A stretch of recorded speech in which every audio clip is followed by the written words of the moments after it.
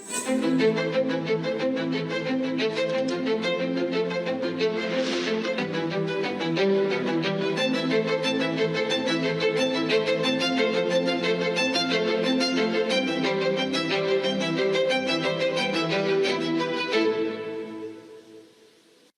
प्यारे देशवासियों, नमस्कार। आज 2025 की पहली मन की बात हो रही है। आप लोगों ने एक बात जरूर नोटिस की होगी, हर बार मन की बात महीने के आखिरी रविवार को होती है, लेकिन इस बार हम एक सप्ताह पहले चौथे रविवार के बजाय तीसरे रविवार को ही मिल रहे हैं, क्योंकि अगले सप्ताह रविवार के दिन ही गणतंत्र दिवस है। मैं सभी देशवासियों को गणतंत्र दिवस की अग्रिम शुभकामनाएं देता हूं। साथियों, इस बार का गणतंत्र दिवस बहुत विशेष है। ये भारतीय गणतंत्र की 75वीं वर्षगांठ है। इस वर्ष संविधान लागू होने के 75 साल हो रहे हैं। मैं संविधान सभा के उन सभी महान व्यक्तित्वों को नमन करता हूं, जिन्होंने हमें हमारा पवित्र संविधान दिया। संविधान सभा के दौरान अनेक विषयों पर लंबी लंबी चर्चाएं हुई। वो चर्चाएं संविधान सभा के सदस्यों के विचार, उनकी वो वाणी हमारी बहुत बड़ी धरोहर है।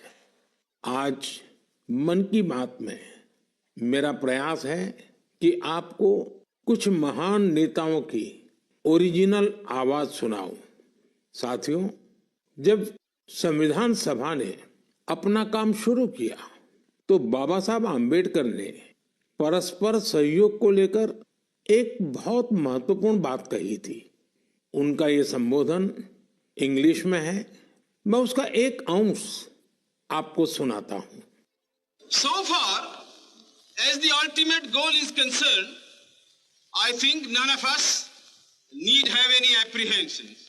None of us need have any doubt.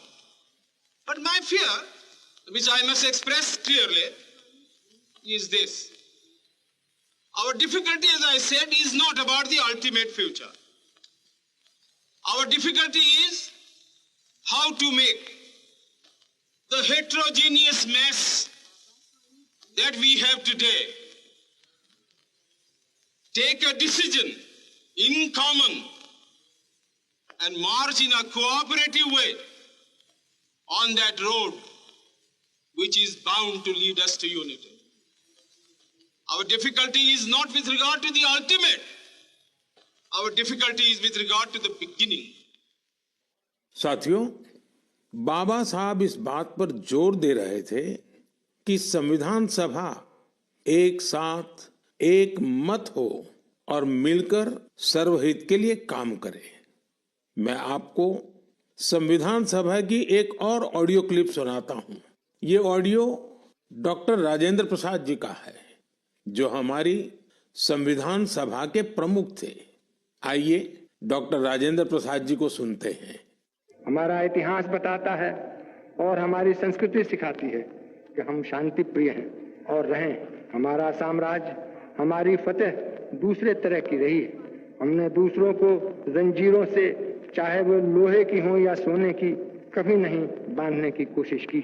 हमने दूसरों को अपने साथ लोहे के जंजीर से भी ज्यादा मजबूत मगर सुंदर और सुखद रेशम के धागे से बांध रखा है, और वो बंधन धर्म का है, संस्कृति का है, ज्ञान का है। हम अब भी उसी रास्ते पर चलते रहेंगे और हमारी एक ही इच्छा और अभिलाषा है। वो अभिलाषा ये है कि हम संसार में सुख और शांति कायम करने में मदद पहुंचा सकें और संसार के हाथों में सत्य और अहिंसा वो अचूक हथियार दे सकें जिसने हमें आज आजादी तक पहुंचाया है। हमारी जिंदगी और संस्कृति में कुछ ऐसा है जिसने हमें समय के थपेड़ों के बावजूद जिंदा रहने की शक्ति दी है। अगर हम अपने आदर्शों को सामने रखे रहेंगे तो हम संसार की बड़ी सेवा कर पाएंगे। साथियों, डॉक्टर राजेंद्र प्रसाद जी ने मानवीय मूल्यों के प्रति देश की प्रतिबद्धता की बात कही थी। अब मैं आपको डॉक्टर श्यामा प्रसाद मुखर्जी की आवाज सुनाता हूं। उन्होंने अवसरों की समानता का विषय उठाया। डॉक्टर श्यामा प्रसाद मुखर्जी ने कहा था, I hope, sir, that we shall go ahead with our work in spite of all difficulties and thereby help to create that great India, which will be the motherland of not this community or that, not this class of it, but of every person, man, woman and child inhabiting in this great land, irrespective of race, caste, creed or community. Everyone to have an equal opportunity so that he or she can develop himself and herself according to the best talent and serve the great common motherland of their. साथियों, मुझे उम्मीद है आपको भी संविधान सभा की debate से ये ओरिजिनल ऑडियो सुनकर अच्छा लगा होगा। हम देशवासी को इन विचारों से प्रेरणा लेकर ऐसे भारत के निर्माण के लिए काम करना है जिस पर हमारे संविधान निर्माताओं को भी गर्व हो। साथियों, गणतंत्र दिवस से एक दिन पहले 25 जनवरी को नेशनल वोटर्स डे है। ये दिन इसलिए अहम है क्योंकि इस दिन भारतीय निर्वाचन आयोग की स्थापना हुई थी। Election commission. हमारे संविधान निर्माताओं ने संविधान में हमारे चुनाव आयोग को लोकतंत्र में लोगों की भागीदारी को बहुत बड़ा स्थान दिया है। देश में जब 1951-52 में पहली बार चुनाव हुए तो कुछ लोगों को संशय था कि क्या देश का लोकतंत्र जीवित रहेगा, लेकिन हमारे लोकतंत्र ने सारी आशंकाओं को गलत साबित किया। आखिर भारत मदर ऑफ डेमोक्रेसी है। बीते दशकों में भी देश का लोकतंत्र सशक्त हुआ है, समृद्ध हुआ है। मैं चुनाव आयोग का भी धन्यवाद दूंगा जिसने समय समय पर हमारी मतदान प्रक्रिया को आधुनिक बनाया है, मजबूत किया है। आयोग ने जनशक्ति को और शक्ति देने के लिए तकनीकी शक्ति का उपयोग किया। मैं चुनाव आयोग को निष्पक्ष चुनाव के उनके कमिटमेंट के लिए बधाई देता हूं। मैं देशवासियों से कहूंगा कि वो ज्यादा से ज्यादा संख्या में अपने मत के अधिकार का उपयोग करें, हमेशा करें और देश के डेमोक्रेटिक प्रोसेस का हिस्सा भी बने और इस प्रोसेस को सशक्त भी करें। मेरे प्यारे देशवासियों, प्रयागराज में महाकुंभ का श्री गणेश हो चुका है। चिरस्मरणीय जन सैलाब, अकल्पनीय दृश्य और समता समरसता का असाधारण संगम। इस बार कुंभ में कई दिव्य योग भी बन रहे हैं। कुंभ का ये उत्सव विविधता में एकता का उत्सव मनाता है। संगम की रेती पर पूरे भारत के, पूरे विश्व के लोग जुड़ते हैं। हजारों वर्षों से चली आ रही इस परंपरा में कहीं भी कोई भेदभाव नहीं, जातिवाद नहीं। इसमें भारत के दक्षिण से लोग आते हैं, भारत के पूर्व और पश्चिम से लोग आते हैं। कुंभ में गरीब अमीर सब एक हो जाते हैं। सब लोग संगम में डुबकी लगाते हैं, एक साथ भंडारों में भोजन करते हैं, प्रसाद लेते हैं। तभी तो कुंभ एकता का महाकुंभ है। कुंभ का आयोजन हमें ये भी बताता है कि कैसे हमारी परंपराएं पूरे भारत को एक सूत्र में बांधती हैं। उत्तर से दक्षिण तक मान्यताओं को मानने के तरीके एक जैसे ही है। एक तरफ प्रयागराज, उज्जैन, नासिक और हरिद्वार में कुंभ का आयोजन होता है, वैसे ही दक्षिण भूभाग में गोदावरी, कृष्णा, नर्मदा और कावेरी नदी के तटों पर पुष्करम होते हैं। ये दोनों ही पर्व हमारी पवित्र नदियों से, उनकी मान्यताओं से जुड़े हुए हैं। इसी तरह कुंभकोणम से तिरुक्कड़ियूर, कुड़वासल, से तिरुचेरै अनेक ऐसे मंदिर हैं जिनकी परंपराएं कुंभ से जुड़ी हुई हैं। साथियों, इस बार आप सब ने देखा होगा कि कुंभ में युवाओं की भागीदारी बहुत व्यापक रूप में नजर आती है। और ये भी सच है कि जब युवा पीढ़ी अपनी सभ्यता के साथ गर्व के साथ जुड़ जाती है तो उसकी जड़ें और मजबूत होती हैं और तब उसका स्वर्णिम भविष्य भी सुनिश्चित हो जाता है। हम इस बार कुंभ के डिजिटल फुटप्रिंट्स भी इतने बड़े स्केल पर देख रहे हैं। कुंभ की ये वैश्विक लोकप्रियता हर भारतीय के लिए गर्व की बात है। साथियों, कुछ दिन पहले ही पश्चिम बंगाल में गंगा सागर मेले का भी विहंगम आयोजन हुआ है। संक्रांति के पावन अवसर पर इस मेले में पूरी दुनिया से आए लाखों श्रद्धालुओं ने डुबकी लगाई है। कुंभ, पुष्करम और गंगा सागर मेला हमारे ये पर्व हमारे सामाजिक मेलजोल को, सद्भाव को, एकता को बढ़ाने वाले पर्व है। ये पर्व भारत के लोगों को भारत की परंपराओं से जोड़ते हैं और जैसे हमारे शास्त्रों ने संसार में धर्म, अर्थ, काम, मोक्ष चारों पर बल दिया है, वैसे ही हमारे पर्वों और परंपराएं भी आध्यात्मिक, सामाजिक, सांस्कृतिक और आर्थिक हर पक्ष को भी सशक्त करते हैं। साथियों, इस महीने हमने पौष शुक्ल द्वादशी के दिन रामलला के प्राण प्रतिष्ठा पर्व की पहली वर्षगांठ मनाई है। इस साल पौष शुक्ल द्वादशी 11 जनवरी को पड़ी थी। इस दिन लाखों राम भक्तों ने अयोध्या में रामलला के साक्षात दर्शन कर उनका आशीर्वाद दिया। प्राण प्रतिष्ठा की ये द्वादशी भारत की सांस्कृतिक चेतना की पुनः प्रतिष्ठा की द्वादशी है। इसलिए पौष शुक्ल द्वादशी का ये दिन एक तरह से प्रतिष्ठा द्वादशी का दिन भी बन गया है। हमें विकास के रास्ते पर चलते हुए ऐसे ही अपनी विरासत को भी सहेजना है, उनसे प्रेरणा लेते हुए आगे बढ़ना है।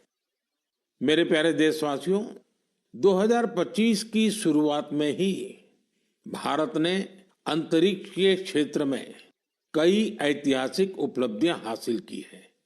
आज मुझे ये बताते हुए गर्व है कि एक भारतीय स्पेस टेक स्टार्टअप बेंगलुरु के पिक्सेल ने भारत का पहला निजी सैटेलाइट कॉन्स्टेलेशन फायरफ्लाई सफलतापूर्वक लॉन्च किया है।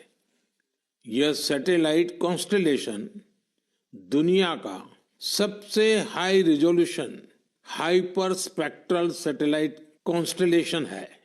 इस उपलब्धि ने न केवल भारत को आधुनिक स्पेस टेक्नोलॉजी में अग्रणी बनाया है, बल्कि यह आत्मनिर्भर भारत की दिशा में भी एक बड़ा कदम है। ये सफलता हमारे निजी स्पेस सेक्टर की बढ़ती ताकत और इनोवेशन का प्रतीक है। मैं इस उपलब्धि के लिए पिक्सेल की टीम, इसरो और इन स्पेस को पूरे देश की ओर से बधाई देता हूं। साथियों, कुछ दिन पहले हमारे वैज्ञानिकों ने स्पेस सेक्टर में ही एक और बड़ी उपलब्धि हासिल की। हमारे साइंटिस्ट ने सैटेलाइट्स की स्पेस डॉकिंग कराई है। जब अंतरिक्ष में 2 स्पेस क्राफ्ट कनेक्ट किए जाते हैं तो इस प्रक्रिया को स्पेस डॉकिंग कहते हैं। यह तकनीक अंतरिक्ष में स्पेस स्टेशन तक सप्लाई भेजने और क्रू मिशन के लिए अहम है। भारत ऐसा चौथा देश बना है जिसने ये सफलता हासिल की है। साथियों, हमारे वैज्ञानिक अंतरिक्ष में पौधे उगाने और उन्हें जीवित रखने के प्रयास भी कर रहे हैं। इसके लिए इसरो के वैज्ञानिकों ने लोबिया के बीज को चुना। 30 दिसंबर को भेजे गए ये बीज अंतरिक्ष में ही अंकुरित हुए। ये एक बेहद प्रेरणादायक प्रयोग है जो भविष्य में स्पेस में सब्जियों उगाने का रास्ता खोलेगा। ये दिखाता है कि हमारे वैज्ञानिक कितनी दूर की सोच के साथ काम कर रहे हैं। साथियों, मैं आपको एक और प्रेरणादायक पहल के बारे में बताना चाहता हूं। आईआईटी मद्रास का एक्सटेम केंद्र अंतरिक्ष में मैन्युफैक्चरिंग के लिए नई तकनीकों पर काम कर रहा है। ये केंद्र अंतरिक्ष में 3D printed buildings, metal forms और ऑप्टिकल फाइबर जैसे तकनीकों पर रिसर्च कर रहा है। ये सेंटर बिना पानी के कंक्रीट निर्माण जैसी क्रांतिकारी विधियों को भी विकसित कर रहा है। एक्सटेम की ये रिसर्च भारत के गगनयान मिशन और भविष्य के स्पेस स्टेशन को मजबूती देगी।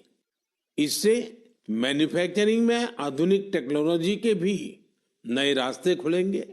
साथियों, ये सभी उपलब्धियां इस बात का प्रमाण है कि भारत के वैज्ञानिक और इनोवेटर्स भविष्य की चुनौतियों का समाधान देने के लिए कितने विजनरी हैं। हमारा देश आज स्पेस टेक्नोलॉजी में नए कीर्तिमान स्थापित कर रहा है।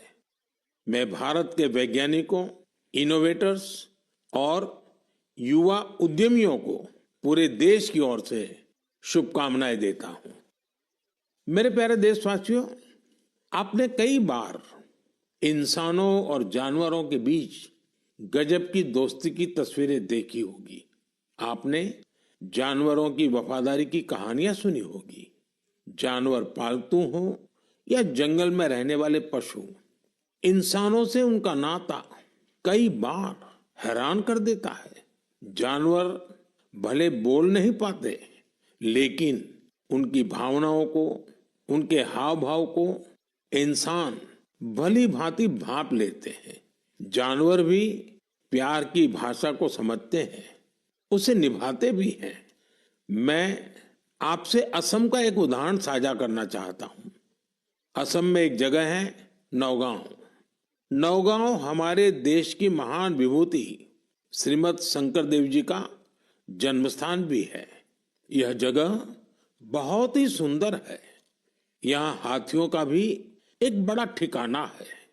इस क्षेत्र में कई घटनाएं देखी जा रही थी जहां हाथियों के झुंड फसलों को बर्बाद कर देते थे।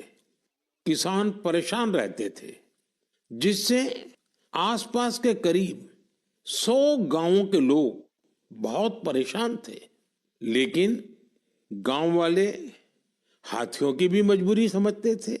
उन्हें पता था कि हाथी भूख मिटाने के लिए खेतों का रुख कर रहे हैं, इसलिए गांव वालों ने इसका समाधान निकालने की सोची। गांव वालों की एक टीम बनी जिसका नाम था हाथी बंधु। हाथी बंधुओं ने सूझबूझ दिखाते हुए करीब 800 बीघा बंजर भूमि पर एक अनूठी कोशिश की। यहाँ गांव वालों ने आपस में मिलजुल कर नेपियर ग्रास लगाई। इस घास को हाथी बहुत पसंद करते हैं। इसका असर ये हुआ कि हाथियों ने खेतों की ओर जाना कम कर दिया। यह हजारों गांव वालों के लिए बहुत राहत की बात है। उनका ये प्रयास हाथियों को भी खूब भाया है। साथियों, हमारी संस्कृति और विरासत हमें आसपास के पशु पक्षियों के साथ प्यार से रहना सिखाती है। ये हम सभी के लिए बहुत खुशी की बात है कि बीते 2 महीनों में हमारे देश में 2 नए टाइगर रिजर्व्स जुड़े हैं। इनमें से एक है छत्तीसगढ़ में गुरु घासीदास तमोर पिंगला टाइगर रिजर्व और दूसरा है एमपी में राता पानी टाइगर रिजर्व। मेरे प्यारे देशवासियों, स्वामी विवेकानंद जी ने कहा था, जिस व्यक्ति में अपने आइडिया को लेकर जुनून होता है वही अपने लक्ष्य को हासिल कर पाता है। किसी आइडिया को सफल बनाने के लिए हमारा पैशन और डेडिकेशन सबसे जरूरी होता है। पूरी लगन और उत्साह से ही इनोवेशन, क्रिएटिविटी और सफलता का रास्ता अवश्य निकलता है। कुछ दिन पहले ही स्वामी विवेकानंद जी की जयंती पर मुझे विकसित भारत यंग लीडर्स डायलॉग का हिस्सा बनने का सौभाग्य मिला। यहाँ मैंने देश के कोने कोने से आए युवा साथियों के साथ अपना पूरा दिन बिताया। युवाओं ने स्टार्टअप्स, कल्चर, विमेन, यूथ और इंफ्रास्ट्रक्चर जैसे कई सेक्टर्स को लेकर अपने आइडियाज शेयर किए। यह कार्यक्रम मेरे लिए बहुत यादगार रहा। साथियों, कुछ दिन पहले ही स्टार्टअप इंडिया के 9 साल पूरे हुए हैं। हमारे देश में जितने स्टार्टअप्स 9 साल में बने हैं, उनमें से आधे से ज्यादा टियर 2 और टियर 3 शहरों से हैं। और जब ये सुनते हैं तो हर हिंदुस्तानी का दिल खुश हो जाता है। यानी हमारा स्टार्टअप कल्चर बड़े शहरों तक ही सीमित नहीं है। और आपको यह जानकर हैरानी होगी कि छोटे शहरों के स्टार्टअप्स में आधे से ज्यादा का नेतृत्व हमारी बेटियां कर रही है। जब यह सुनने को मिलता है कि अंबाला, हिसार, कांगड़ा, चेंगलपट्टू, बिलासपुर, ग्वालियर और वाशिम जैसे शहर स्टार्टअप्स के सेंटर बन रहे हैं तो मन आनंद से भर जाता है। नागालैंड जैसे राज्य में पिछले साल स्टार्टअप्स के रजिस्ट्रेशन में 200% से अधिक की वृद्धि हुई है। Waste management, non renewable energy, biotechnology और लॉजिस्टिक्स ऐसे सेक्टर हैं जिनसे जुड़े स्टार्टअप सबसे ज्यादा देखे जा रहे हैं। ये कन्वेंशनल सेक्टर्स नहीं है, लेकिन हमारे युवा साथी भी तो कन्वेंशनल से आगे की सोच रखते हैं, इसलिए उन्हें सफलता भी मिल रही है। साथियों, 10 साल पहले जब कोई स्टार्टअप के क्षेत्र में जाने की बात करता था तो उसे तरह तरह के ताने सुनने को मिलते थे। कोई ये पूछता था कि आखिर स्टार्टअप होता क्या है, तो कोई कहता था कि इसे कुछ होने वाला नहीं है। लेकिन अब देखिए, 1 दशक में कितना बड़ा बदलाव आ गया। आप भी भारत में बन रहे नए अवसरों का भरपूर लाभ उठाएं। अगर आप खुद पर विश्वास रखेंगे तो आपके सपनों को भी नई उड़ान मिलेगी। मेरे प्यारे देशवासियों, नेक नियत से निस्वार्थ भावना के साथ किए गए कामों की चर्चा दूर सुदूर पहुंच ही जाती है। और हमारा मन की बात तो इसका बहुत बड़ा प्लेटफॉर्म है। हमारे इतने विशाल देश में दूर दराज भी अगर कोई अच्छा काम कर रहा होता है, कर्तव्य भावना को सर्वोपरि रखता है, तो उसके प्रयासों को सामने लाने का ये बेहतरीन मंच है। अरुणाचल प्रदेश में दीपक नाबाम जी ने सेवा की अनूठी मिसाल पेश की है। दीपक जी यहाँ लिविंग होम चलाते हैं, जहाँ मानसिक रूप से बीमार, शरीर से असमर्थ लोगों और बुजुर्गों की सेवा की जाती है। यहाँ पर ड्रग्स की लत के शिकार लोगों की देखभाल की जाती है। दीपक नाबाम जी ने बिना किसी सहायता के समाज के वंचित लोगों, हिंसा पीड़ित परिवारों और बेघर लोगों को सहारा देने का अभियान शुरू किया। आज उनकी सेवा ने एक संस्था का रूप ले लिया है। उनकी संस्था को कई अवार्ड से भी सम्मानित किया गया है। लक्षद्वीप के कवरत्ती द्वीप पर नर्स के रूप में काम करने वाली के हिडुम्बी जी, उनका काम भी बहुत प्रेरित करने वाला है। आपको ये जानकर हैरानी होगी कि वो 18 वर्ष पहले सरकारी नौकरी से रिटायर हो चुकी हैं, लेकिन आज भी उसी करुणा और स्नेह के साथ लोगों की सेवा में जुटी हैं जैसे वो पहले करती थी। लक्षद्वीप के ही केजी मोहम्मद जी के प्रयास ये भी अद्भुत है। उनकी मेहनत से मिनिकॉय द्वीप का मरीन इकोसिस्टम मजबूत हो रहा है। उन्होंने पर्यावरण के प्रति लोगों को जागरूक करने के लिए कई गीत लिखे हैं। उन्हें लक्षद्वीप साहित्य कला अकादमी की तरफ से बेस्ट फोक सॉन्ग अवार्ड भी मिल चुका है। केजी मोहम्मद रिटायरमेंट के बाद वहां के म्यूजियम के साथ जुड़कर भी काम कर रहे हैं। साथियों, एक और बड़ी अच्छी खबर अंडमान और निकोबार द्वीप समूह से भी है।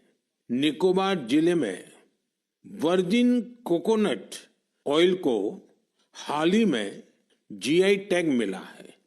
वर्जिन कोकोनट ऑयल, उसको जीआई टैग के बाद एक और नई पहल हुई है। इस ऑयल के उत्पादन से जुड़ी महिलाओं को संगठित कर सेल्फ हेल्प ग्रुप बनाए जा रहे हैं। उन्हें मार्केटिंग और ब्रांडिंग की स्पेशल ट्रेनिंग भी दी जा रही है। यह हमारे आदिवासी समुदायों को आर्थिक रूप से सशक्त बनाने की दिशा में एक बड़ा कदम है। मुझे विश्वास है भविष्य में निकोबार का वर्जिन कोकोनट ऑयल दुनिया भर में धूम मचाने वाला है और इसमें सबसे बड़ा योगदान अंडमान और निकोबार के महिला सेल्फ हेल्प ग्रुप का होगा। मेरे प्यारे देशवासियों, पल भर के लिए आप एक दृश्य की कल्पना कीजिए। कोलकाता में जनवरी का समय है, दूसरा विश्व युद्ध अपने चरम पर है और इधर भारत में अंग्रेजों के खिलाफ गुस्सा उफान पर है। इसकी वजह से शहर में चप्पे चप्पे पर पुलिस वालों की तैनाती है। कोलकाता के बीचों बीच एक घर के आसपास पुलिस की मौजूदगी ज्यादा चौकस है। इसी बीच लंबा ब्राउन कोट, पैंट और काली टोपी पहने हुए एक व्यक्ति रात के अंधेरे में एक बंगले से कार लेकर बाहर निकलता है। मजबूत सुरक्षा वाली कई चौकियों को पार करते हुए वो एक रेलवे स्टेशन गोमो पहुंच जाता है। ये स्टेशन अब झारखंड में है। यहां से एक ट्रेन पकड़कर वो आगे के लिए निकलता है। इसके बाद अफगानिस्तान होते हुए वो यूरोप जा पहुंचता है और यह सब अंग्रेजी हुकूमत के अवैध किलेबंदी के बावजूद होता है। साथियों, ये कहानी आपको फिल्मी सीन जैसी लगती होगी। आपको लग रहा होगा इतनी हिम्मत दिखाने वाला व्यक्ति आखिर किस मिट्टी का बना होगा। दरअसल ये व्यक्ति कोई और नहीं, हमारे देश की महान विभूति नेताजी सुभाष चंद्र बोस थे। 23 जनवरी यानी उनकी जन्म जयंती को अब हम पराक्रम दिवस के रूप में मनाते हैं। उनके शौर्य से जुड़ी इस गाथा में भी उनके पराक्रम की झलक मिलती है। कुछ साल पहले मैं उनके उसी घर में गया था जहां से वे अंग्रेजों को चकमा देकर निकले थे। उनकी वो कार अभी वहां मौजूद है। वो अनुभव मेरे लिए बहुत ही विशेष रहा। सुभाष बाबू एक विजनरी थे। साहस तो उनके स्वभाव में रचा बसा था। इतना ही नहीं, वे बहुत कुशल प्रशासक भी थे। महज 27 साल की उम्र में वो कोलकाता कॉरपोरेशन के चीफ एग्जीक्यूटिव ऑफिसर बने और उसके बाद उन्होंने मेयर की जिम्मेदारी भी संभाली। एक प्रशासक के रूप में भी उन्होंने कई बड़े काम किए। बच्चों के लिए स्कूल, गरीब बच्चों के लिए दूध का इंतजाम और स्वच्छता से जुड़े उनके प्रयासों को आज भी याद किया जाता है। नेताजी सुभाष का रेडियो के साथ भी गहरा नाता रहा है। उन्होंने आजाद हिंद रेडियो की स्थापना की थी, जिस पर उन्हें सुनने के लिए लोग बड़ी बेसब्री से प्रतीक्षा करते थे। उनके संबोधनों से विदेशी शासन के खिलाफ लड़ाई को एक नई ताकत मिलती थी। आजाद हिंद रेडियो पर अंग्रेजी, हिंदी, तमिल, बांग्ला, मराठी, पंजाबी, पश्तो और उर्दू में न्यूज बुलेटिन का प्रसारण होता था। मैं नेताजी सुभाष चंद्र बोस को नमन करता हूं, देश भर के युवाओं से मेरा आग्रह है कि वे उनके बारे में अधिक से अधिक पढ़ें और उनके जीवन से निरंतर प्रेरणा लें। साथियों, मन की बात का ये कार्यक्रम हर बार मुझे राष्ट्र के सामूहिक प्रयासों से, आप सबकी सामूहिक इच्छा शक्ति से जोड़ता है। हर महीने मुझे बड़ी संख्या में आपके सुझाव, आपके विचार मिलते हैं और हर बार इन विचारों को देखकर विकसित भारत के संकल्प पर मेरा विश्वास और बढ़ता है। आप सब इसी तरह अपने अपने काम से भारत को सर्वश्रेष्ठ बनाने के लिए प्रयास करते रहें। इस बार की मन की बात में फिलहाल इतना ही। अगले महीने फिर मिलेंगे भारतवासियों की उपलब्धियां, संकल्पों और सिद्धियों की नई गाथाओं के साथ। बहुत बहुत धन्यवाद। नमस्कार।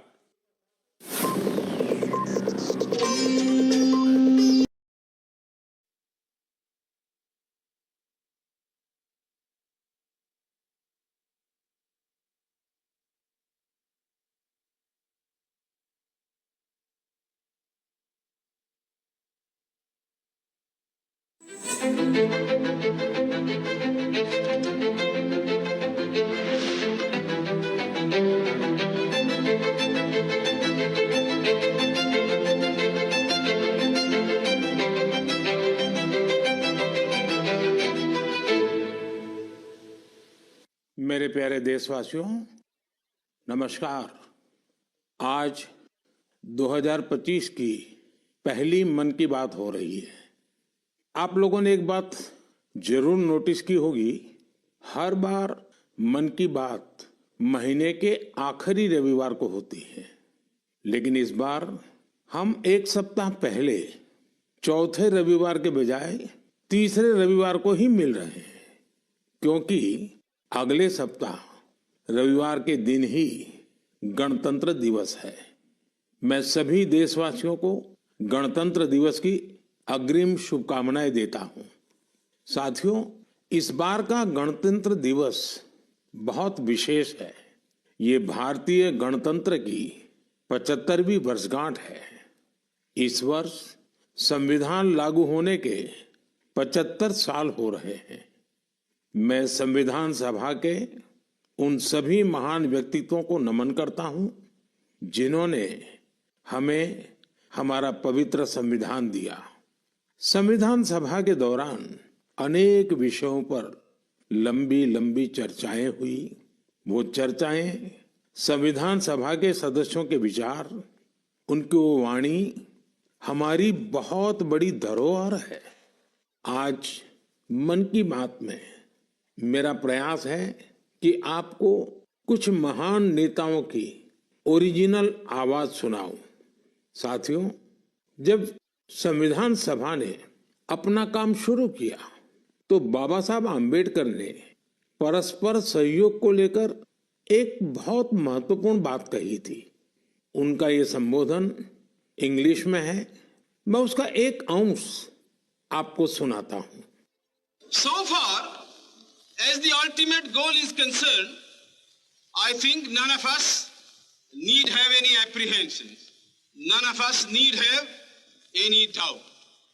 But my fear, which I must express clearly, is this. Our difficulty, as I said, is not about the ultimate future. Our difficulty is how to make the heterogeneous mess that we have today take a decision in common and march in a cooperative way on that road which is bound to lead us to unity. Our difficulty is not with regard to the ultimate. Our difficulty is with regard to the beginning.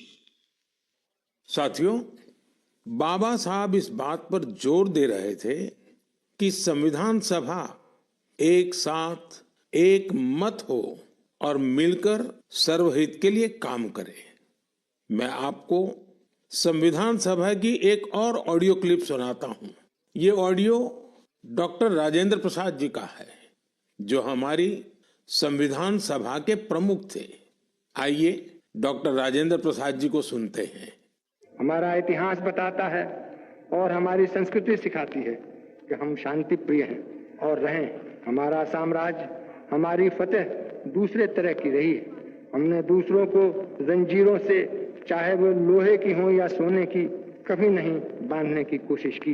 हमने दूसरों को अपने साथ लोहे के जंजीर से भी ज्यादा मजबूत मगर सुंदर और सुखद रेशम के धागे से बांध रखा है, और वो बंधन धर्म का है, संस्कृति का है, ज्ञान का है। हम अब भी उसी रास्ते पर चलते रहेंगे और हमारी एक ही इच्छा और अभिलाषा है। वो अभिलाषा ये है कि हम संसार में सुख और शांति कायम करने में मदद पहुंचा सकें और संसार के हाथों में सत्य और अहिंसा वो अचूक हथियार दे सकें जिसने हमें आज आजादी तक पहुंचाया है। हमारी जिंदगी और संस्कृति में कुछ ऐसा है जिसने हमें समय के थपेड़ों के बावजूद जिंदा रहने की शक्ति दी है। अगर हम अपने आदर्शों को सामने रखे रहेंगे तो हम संसार की बड़ी सेवा कर पाएंगे। साथियों, डॉक्टर राजेंद्र प्रसाद जी ने मानवीय मूल्यों के प्रति देश की प्रतिबद्धता की बात कही थी। अब मैं आपको डॉक्टर श्यामा प्रसाद मुखर्जी की आवाज सुनाता हूं। उन्होंने अवसरों की समानता का विषय उठाया। डॉक्टर श्यामा प्रसाद मुखर्जी ने कहा था, I hope, sir, that we shall go ahead with our work in spite of all difficulties and thereby help to create that great India, which will be the motherland of not this community or that, not this class of it, but of every person, man, woman and child inhabiting in this great land, irrespective of race, caste, creed or community. Everyone to have an equal opportunity so that he or she can develop himself and herself according to the best talent and serve the great common motherland of the earth. साथियों, मुझे उम्मीद है आपको भी संविधान सभा की debate से ये ओरिजिनल ऑडियो सुनकर अच्छा लगा होगा। हम देशवासी को इन विचारों से प्रेरणा लेकर ऐसे भारत के निर्माण के लिए काम करना है जिस पर हमारे संविधान निर्माताओं को भी गर्व हो। साथियों, गणतंत्र दिवस से एक दिन पहले 25 जनवरी को नेशनल वोटर्स डे है। ये दिन इसलिए अहम है क्योंकि इस दिन भारतीय निर्वाचन आयोग की स्थापना हुई थी। Election commission. हमारे संविधान निर्माताओं ने संविधान में हमारे चुनाव आयोग को लोकतंत्र में लोगों की भागीदारी को बहुत बड़ा स्थान दिया है।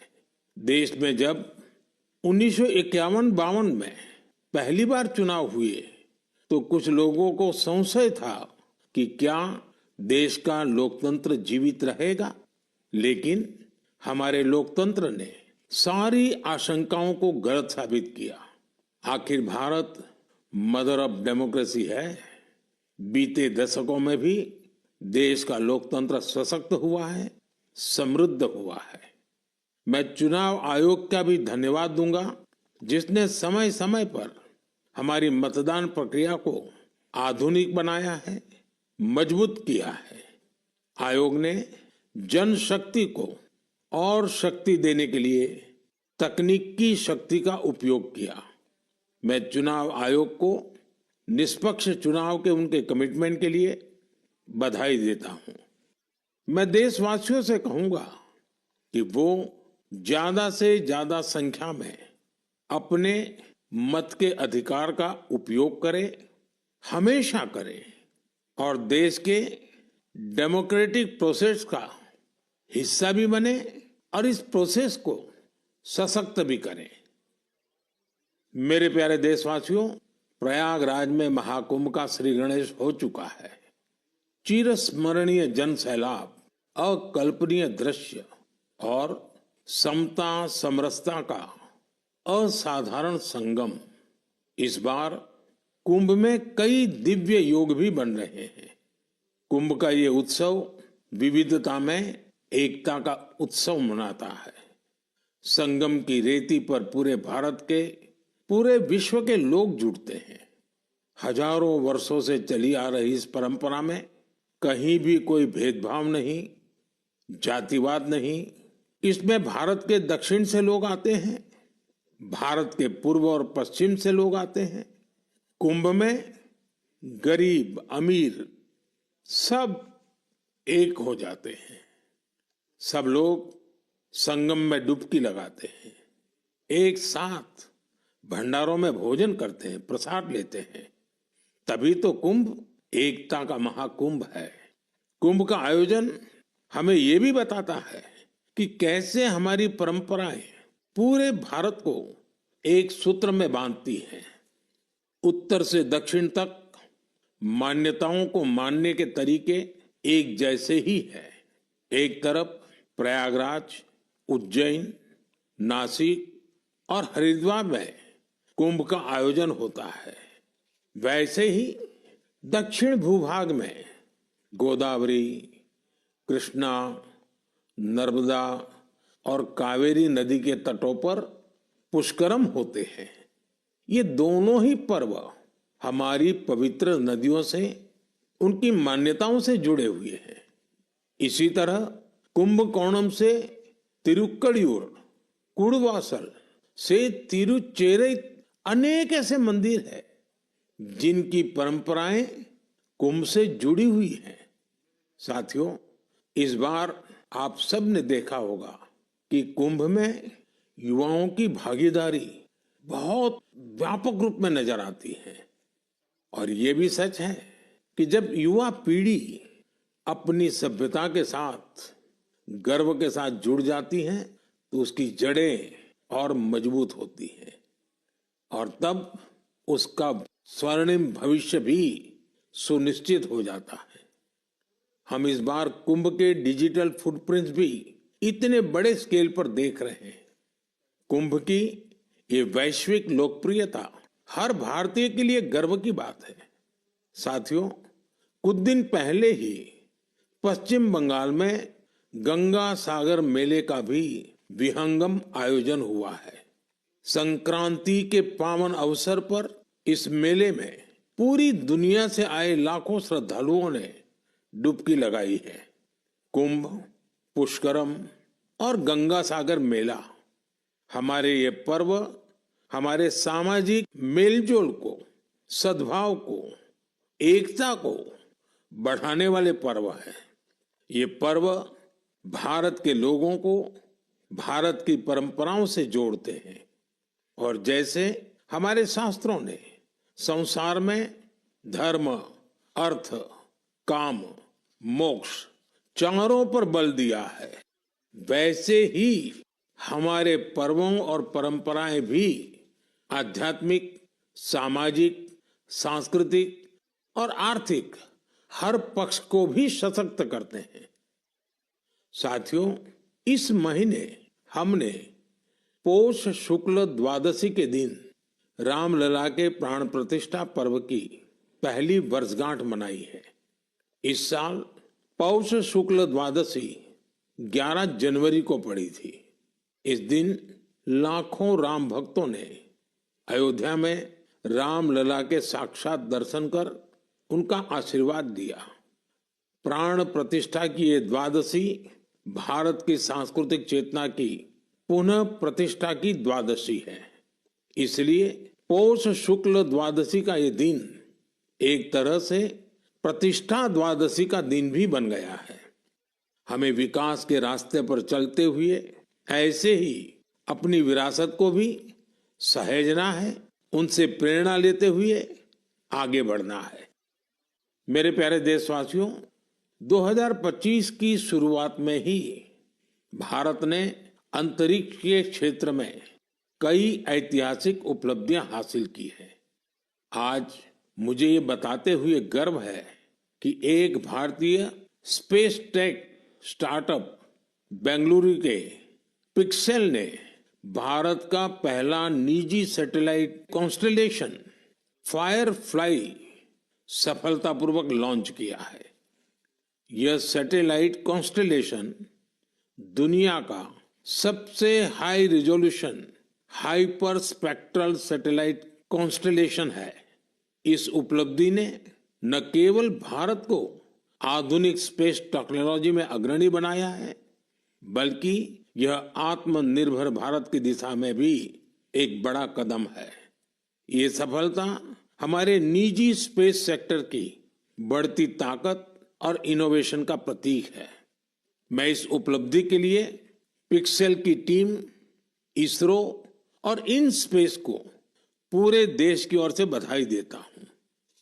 साथियों, कुछ दिन पहले हमारे वैज्ञानिकों ने स्पेस सेक्टर में ही एक और बड़ी उपलब्धि हासिल की। हमारे साइंटिस्ट ने सैटेलाइट्स की स्पेस डॉकिंग कराई है। जब अंतरिक्ष में दो स्पेस क्राफ्ट कनेक्ट किए जाते हैं तो इस प्रक्रिया को स्पेस डॉकिंग कहते हैं। यह तकनीक अंतरिक्ष में स्पेस स्टेशन तक सप्लाई भेजने और क्रू मिशन के लिए अहम है। भारत ऐसा चौथा देश बना है जिसने ये सफलता हासिल की है। साथियों, हमारे वैज्ञानिक अंतरिक्ष में पौधे उगाने और उन्हें जीवित रखने के प्रयास भी कर रहे हैं। इसके लिए इसरो के वैज्ञानिकों ने लोबिया के बीज को चुना। 30 दिसंबर को भेजे गए ये बीज अंतरिक्ष में ही अंकुरित हुए। ये एक बेहद प्रेरणादायक प्रयोग है जो भविष्य में स्पेस में सब्जियों उगाने का रास्ता खोलेगा। ये दिखाता है कि हमारे वैज्ञानिक कितनी दूर की सोच के साथ काम कर रहे हैं। साथियों, मैं आपको एक और प्रेरणादायक पहल के बारे में बताना चाहता हूं। आईआईटी मद्रास का एक्सटेम केंद्र अंतरिक्ष में मैन्युफैक्चरिंग के लिए नई तकनीकों पर काम कर रहा है। ये केंद्र अंतरिक्ष में 3D printed buildings, metal forms और ऑप्टिकल फाइबर जैसे तकनीकों पर रिसर्च कर रहा है। ये सेंटर बिना पानी के कंक्रीट निर्माण जैसी क्रांतिकारी विधियों को भी विकसित कर रहा है।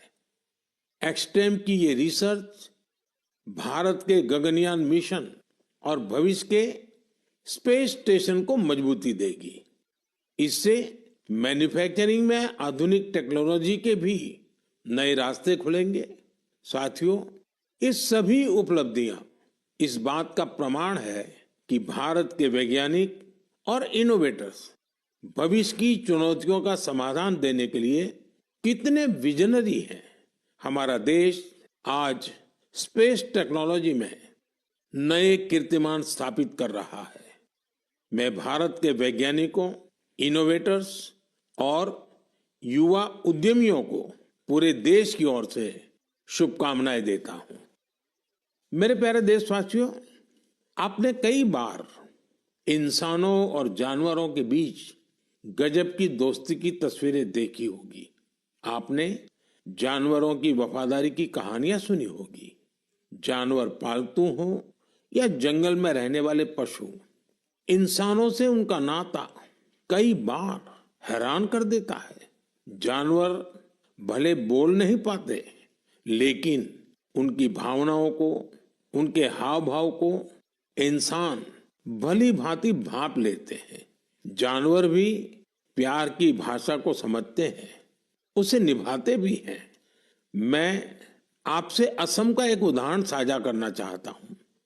असम में एक जगह है नौगांव। नौगांव हमारे देश की महान विभूति श्रीमद शंकर देव जी का जन्मस्थान भी है। यह जगह बहुत ही सुंदर है। यहाँ हाथियों का भी एक बड़ा ठिकाना है। इस क्षेत्र में कई घटनाएं देखी जा रही थी जहां हाथियों के झुंड फसलों को बर्बाद कर देते थे। किसान परेशान रहते थे, जिससे आसपास के करीब 100 गांवों के लोग बहुत परेशान थे। लेकिन गांव वाले हाथियों की भी मजबूरी समझते थे। उन्हें पता था कि हाथी भूख मिटाने के लिए खेतों का रुख कर रहे हैं। इसलिए गांव वालों ने इसका समाधान निकालने की सोची। गांव वालों की एक टीम बनी जिसका नाम था हाथी बंधु। हाथी बंधुओं ने सूझबूझ दिखाते हुए करीब 800 बीघा बंजर भूमि पर एक अनूठी कोशिश की। यहाँ गांव वालों ने आपस में मिलजुल कर नेपियर ग्रास लगाई। इस घास को हाथी बहुत पसंद करते हैं। इसका असर ये हुआ कि हाथियों ने खेतों की ओर जाना कम कर दिया। यह हजारों गांव वालों के लिए बहुत राहत की बात है। उनका ये प्रयास हाथियों को भी खूब भाया है। साथियों, हमारी संस्कृति और विरासत हमें आसपास के पशु पक्षियों के साथ प्यार से रहना सिखाती है।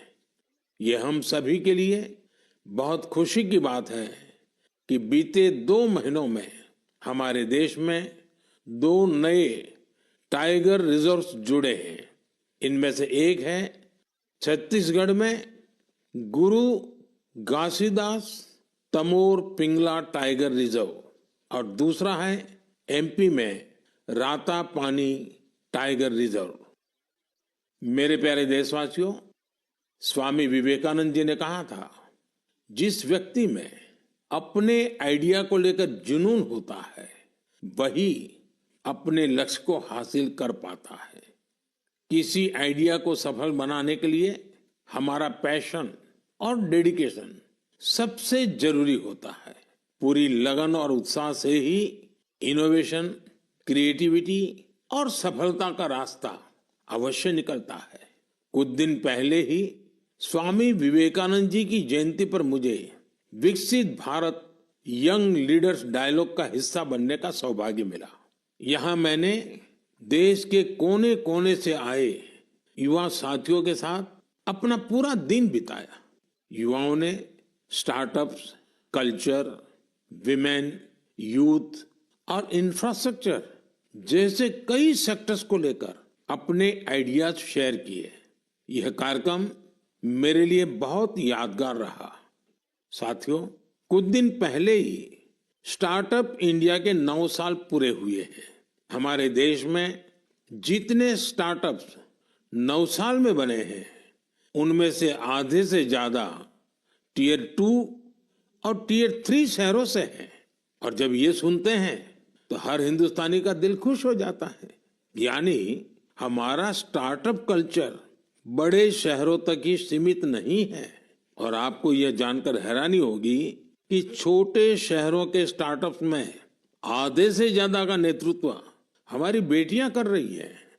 जब यह सुनने को मिलता है कि अंबाला, हिसार, कांगड़ा, चेंगलपट्टू, बिलासपुर, ग्वालियर और वाशिम जैसे शहर स्टार्टअप्स के सेंटर बन रहे हैं तो मन आनंद से भर जाता है।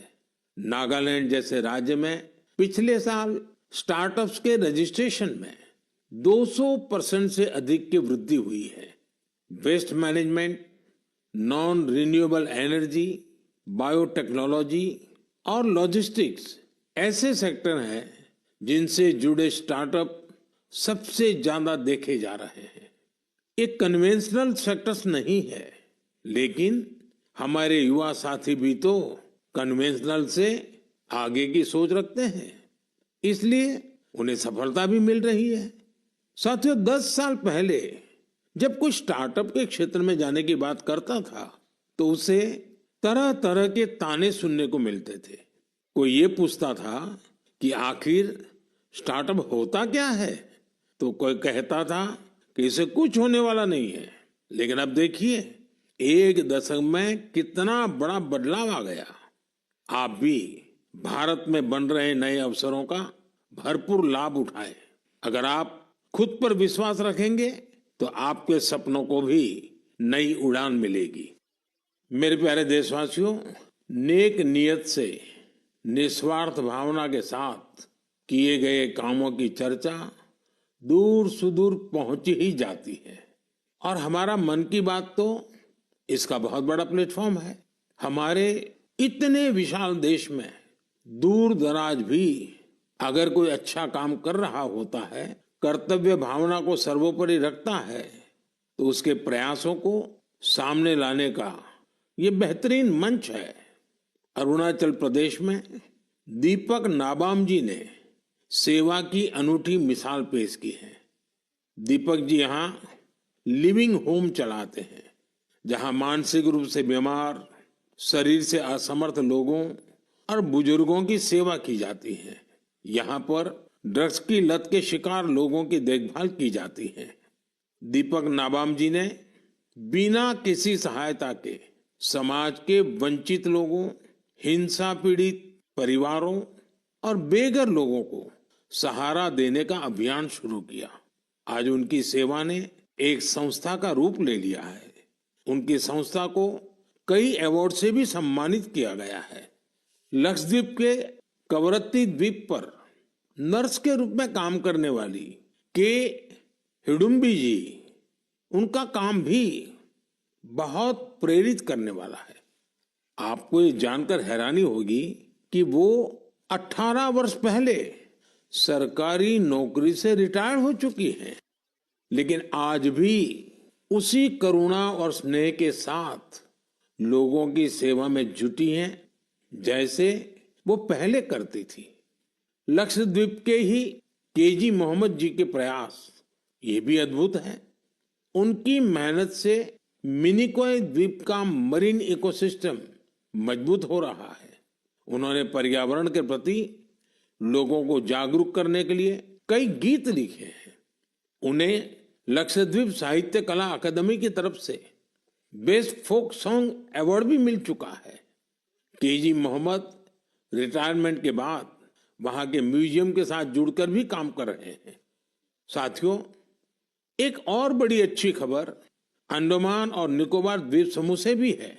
निकोबार जिले में वर्जिन कोकोनट ऑयल को हाल ही में जीआई टैग मिला है।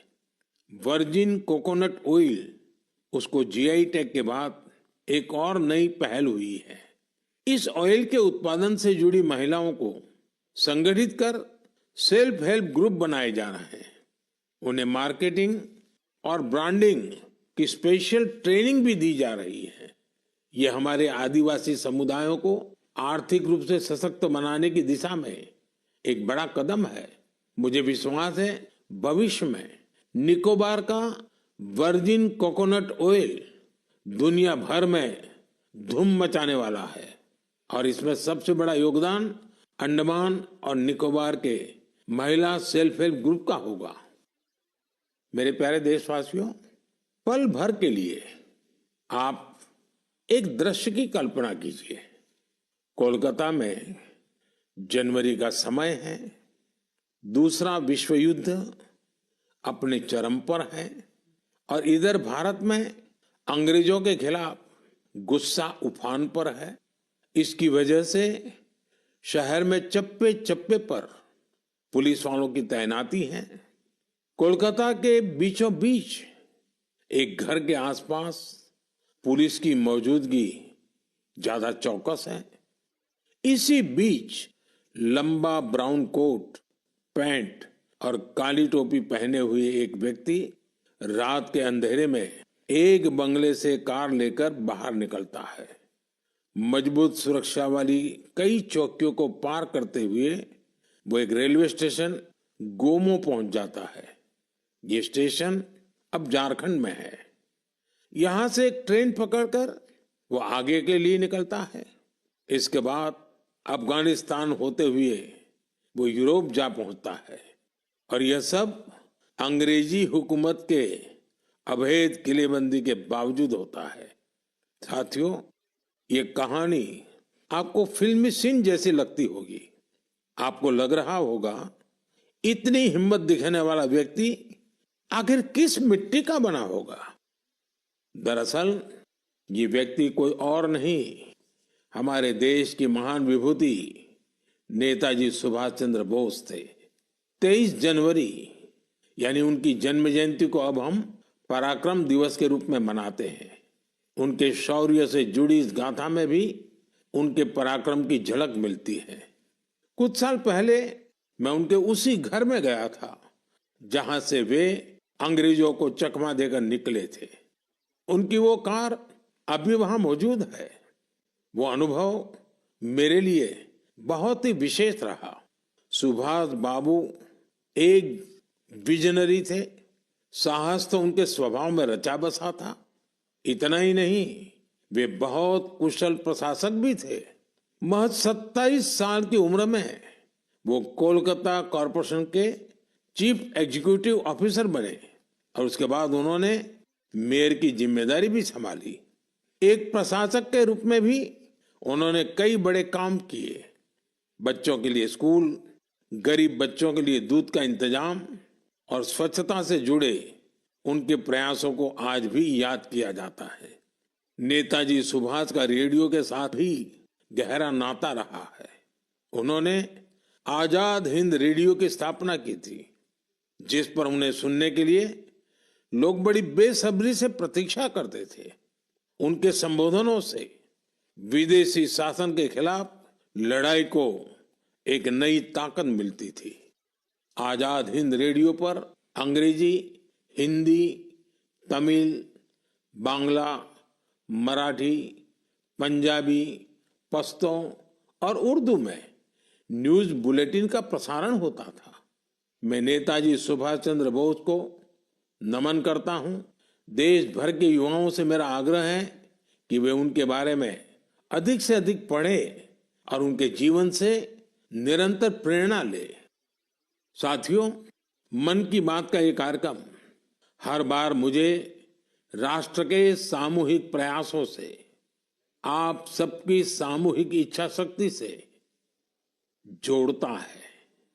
हर महीने मुझे बड़ी संख्या में आपके सुझाव, आपके विचार मिलते हैं और हर बार इन विचारों को देखकर विकसित भारत के संकल्प पर मेरा विश्वास और बढ़ता है।